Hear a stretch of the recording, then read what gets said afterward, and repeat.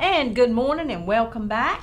We have with us Troy Davis this morning, candidate for City Council Ward 1. Good morning. Correct. Good morning. How are We you? got you up early this morning. Not so early. I'm normally up pretty early. I head to the office. I'm normally in the office about 8:30. Okay, very good. Well, we're glad to have you with us. We're going to start having the candidates on, and you are the first one since you are Ward 1. So, Troy, tell everybody a little bit about yourself. Are Okay. you from here? So I moved here. My family is from Edgecombe County. Okay. But we relocated to Philadelphia, and we had a house fire when I was about 5 years old. So my grandfather forced us to move to Rocky Mount, North Carolina. Okay. It was probably one of the better decisions my family made. Well, I'm glad to hear that. The city life was a little fast, and you can kind of raise a family a little bit better in the South. And so my mom elected to raise us here. We moved here, started out in Mobile City. I'm sure where everybody know where that is, off of Tanner Road. And then in 1999, when the flood came, we moved to Meadowbrook, right around the corner from my grandmother's houses. Okay, very good. Well, why in the world would you want to throw your hat in the ring to run for city council? I don't think it was It's not easy. It isn't. It wasn't an easy decision. I pondered on it. Obviously, this is the second time I pondered on it. I was going to do it the first time, but Mr. Pittman threw his hat in the ring, and so I walked away from it. I approached Mr. Pittman this time and asked him was he going to run. He told me that I had his full support. Obviously, he threw his hat in the ring now. So, but I'm in it now, so I'm in it to win it. Yeah, okay. Glad to hear that. Yeah. Okay, so you have been very vocal at city Absolutely. council meetings. Absolutely. But by the same token, the city council, some of the city council members have been very vocal to you as well. Absolutely. So talk about that a little bit.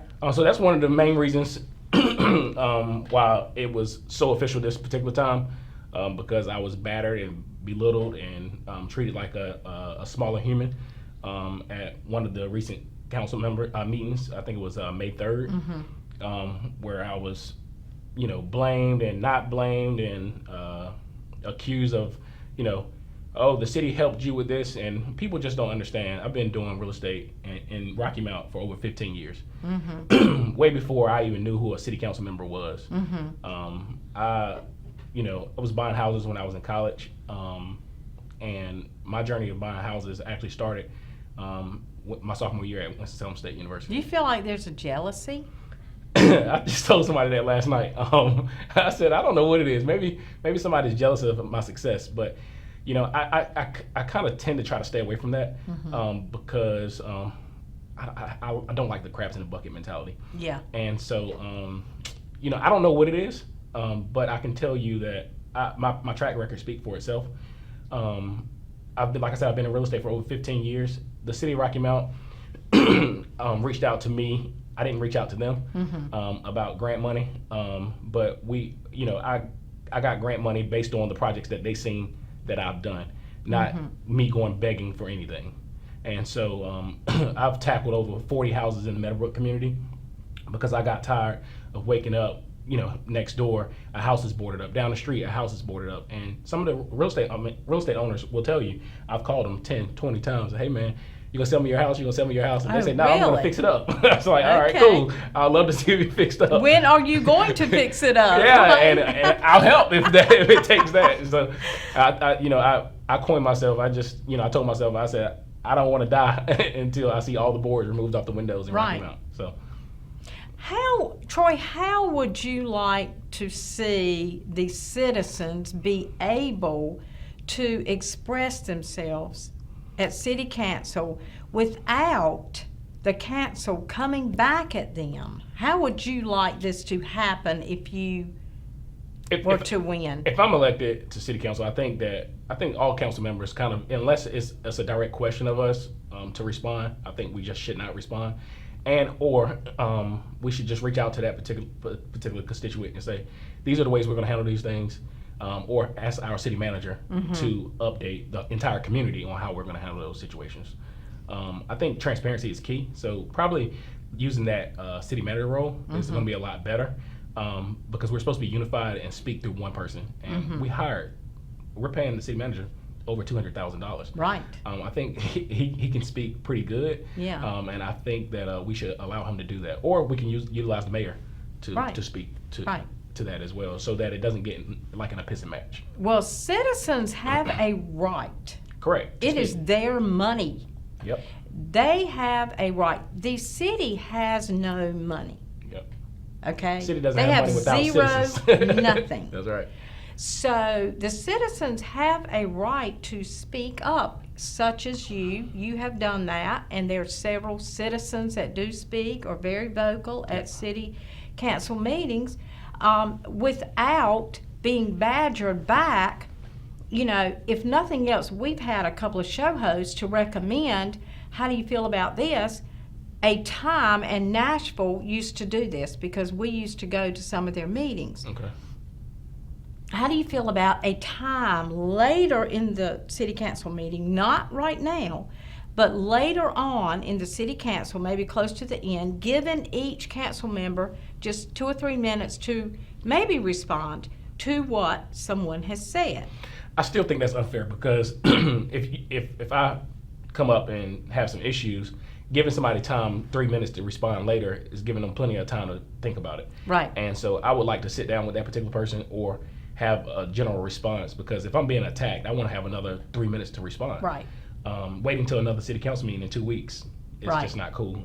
And I just, in reference to the May 3rd meeting, I just was not going to respond Right. to the way I was treated. So I just, Should city council members do this in a different way than is being done right now? Absolutely. Some of the city council. Absolutely. Now, I will not say all. all of them don't respond. No. I can tell you. But it's the way you respond. Correct. I think that it should be done differently. Yes, Mm-hmm. I agree. Okay. All right. How would you balance the needs of your ward with building consensus with other members of council and citizens of the city? I think every council member has one common issue. We have a housing problem. And so addressing that housing problem is going to be key. You can look at Ward 1, you can look at Ward 5. No matter where you look, there's a problem. We don't have enough building going on. If you go to, right down the street, there's a lot of building going on. If you go to Raleigh, there's a lot of building going on. So we have to increase the numbers, the amount of citizens, the number of citizens in this community in order to raise more money and to increase our tax base.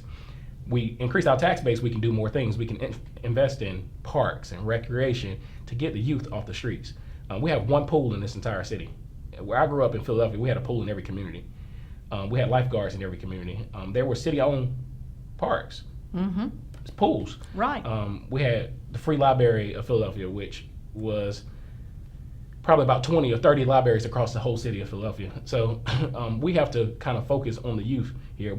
Parks and Rec can't close at 5 o'clock when the youth are just getting up. That just doesn't make sense. So Parks and Rec's got to work a little bit longer. I'm sorry, guys, but we need you here until about 8 or 9 o'clock. Right. So we need to start targeting specific, people and areas of the city. Right. But Ward 1 specifically, I mean, we seriously have a housing issue. I mean, if you look in the neighborhood community, we have blocks that are dilapidated. Meadowbrook, thank God, with my help and others, a lot of the boards are being removed from homes. I had a old neighbor stop by my house the other day, and he was like, "Troy, it looks so different when we used to stay out here." And I was like, "Yeah, you get it? It's coming back." And he was like, "It is." And so I remodeled about 4 or 5 houses that were completely boarded up when I was in high school, and so it felt good for me to know the owners of those houses, but also remodel those houses and sell them off to someone else. Right. And they're long-term tenants. I mean, long-term owners in the community. They're not even tenants. Right. What do you see are some of the other needs of Ward 1? What do you see that? Trying to get more businesses in Ward 1. Obviously, we had a law enforcement issue at one point in time, and so I had a conversation with a potential voter the other day, and he was like, do you know why Walgreens is empty? Of course. Everybody knows why Walgreens is empty, but we have to deal with the problem. And so Why do you think Walgreens is empty? it's It's factual. There was a lot of theft Yeah. in Walgreens, Yeah. and I think the police was directed not to arrest. Yes. And so Walgreens is a for-profit business, and people literally was walking out like it was a charity. Right. And so we have to deal with those issues, and we want more businesses in our community, and so we need as many businesses in Ward 1 as we possibly can. Do you think a city council person should visit the businesses in the ward and say, what can I do for you? Absolutely. Could Walgreen have been kept here? I think Walgreens in Ward 1 specifically could have been kept here, but I think also, you know, city council members should visit local businesses, but I think also they should have a department within the city hall that reaches out to these businesses and say, what can Right. we do? The same way that everybody ran over to Pfizer after the tornado. Right. What can we do to make sure you do not leave? We need you here. Right. And so, you know, I don't want to see Pfizer leave with 3,500 jobs. That's a lot of jobs. Yes. I didn't want to see Walgreens leave because that's where my grandma picks up her medicine. Right, exactly. And so now They she has to go across needed town. that drugstore in Absolutely. Edgecombe County. They Absolutely. really needed that. Now, how do you feel about police substations? I said that would be a great building for a police substation. Because sometimes if criminals, Troy, do you feel like if criminals know there's police presence in that community, I mean, it might deter? I'll tell you this. I know in a big city it works. I would like to reach out to Ann Wall in Greenville and see if it works there. Ann is somebody who was with the city of Rocky Mount for many, many years, 20 plus years. Yes. I would like to reach out to her and see how does it work. I'll reach out to other local municipalities and figure out different ideas that will work. Let's not reinvent the wheel. Let's just keep it rolling. And so reaching out to different municipalities when we have people that we can easily reach out to Right. that we know and we trust that can literally say, hey, this is what we can do. Right, exactly. Well, Troy, so what need, if you were to be elected tomorrow, what need would you want the city to address first? I think that the Rocky Mount Police Chief, Robert Hassel, is doing a phenomenal job. You know, every time I call him and mention some things that I hear when I'm out knocking on doors, he's already on it. I called, you know, Mr. Hassel about some issues over off the old 64 highway, and he was already on it. So I think, you know, working with the police department, also, but building those community relationships, making sure that our youth know who our police chief is, know who our law enforcement officers are. Some of them don't trust them because that's just the instinct of the black community. Mm-hmm. And so in order to address those issues, we have to butt it head first. I have 2 Youth Connect students from OIC for the summer. And we went to the bridge revealing for Dr. Walker. Yes. And I walked him up to the chief and introduced him to the chief. They walked off. They was like, man, we never met the police chief before. That's just a phenomenal He is thing. very accessible. He is. He really is accessible. He's come on here several times, and I really like him. Yeah, I really do. I feel like he's doing a phenomenal job within the community. He's Right. always visible. He's accessible, just like you said. And I think that's what we need, accessibility and visibility in our community. Mm-hmm. Now, you're running against an incumbent that's been there a while. It is. He has. So what is your strategy? Because he's been through audit, Mhm. you know, about the light bill. He's been through residency challenge, all of that. Voters still vote for him. What is your strategy to win this? So my strategy is just go door to door, knocking, letting people know who I am, what I've done, inviting them to see some of the projects that I've done. Just talking to them, having a real dialect with them. I've gotten some good feedback. I've gotten some people that told me I'm not going to vote for you, and I expect it, right? Some people are diehard incumbent fans. Yeah. But I do have some people that are diehard Troy fans. Yeah. And so I think allowing these people to know who I am, because most of them don't. I also had a guy who told me that he was going to take me out. Wow. And he called me back. Well, I seen him at an event, and he came outside and said, you know, I want to apologize to you. Wow. I did not give you a chance. I didn't know you graduated from Winston-Salem State University. I graduated from Winston-Salem State University. And if I could vote for you, I would. Very good. So, I mean, he literally told me he was going to take me out. But I didn't let that get me upset because I'm not an emotional guy, like some other people. I just, you know, I apologized to him for whatever I done, and I told him that I hope that I can change his mind. Wow. And I'm assuming God laid his hands on him and spoke to him. Yeah. So what do you want the citizens, what's something you want the citizens to know about Troy Davis in running for in this election? I just want the citizens to know that I stand on what I believe. I'm a firm believer of providing better, safe, quality housing. I stand on that I'm an information technology guy. I graduated with a degree in information technology, and I want to see our city move forward a lot better. I've been voicing my concerns many times in regards to, you know, Sudden Link and different things that's in regards to technology. We've been suffering with Sudden Link for many years.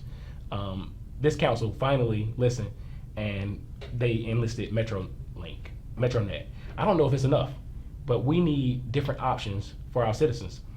We also need an app, a Rocky Mount app, where you can report potholes, you can report trash, you can report crime, all anonymously.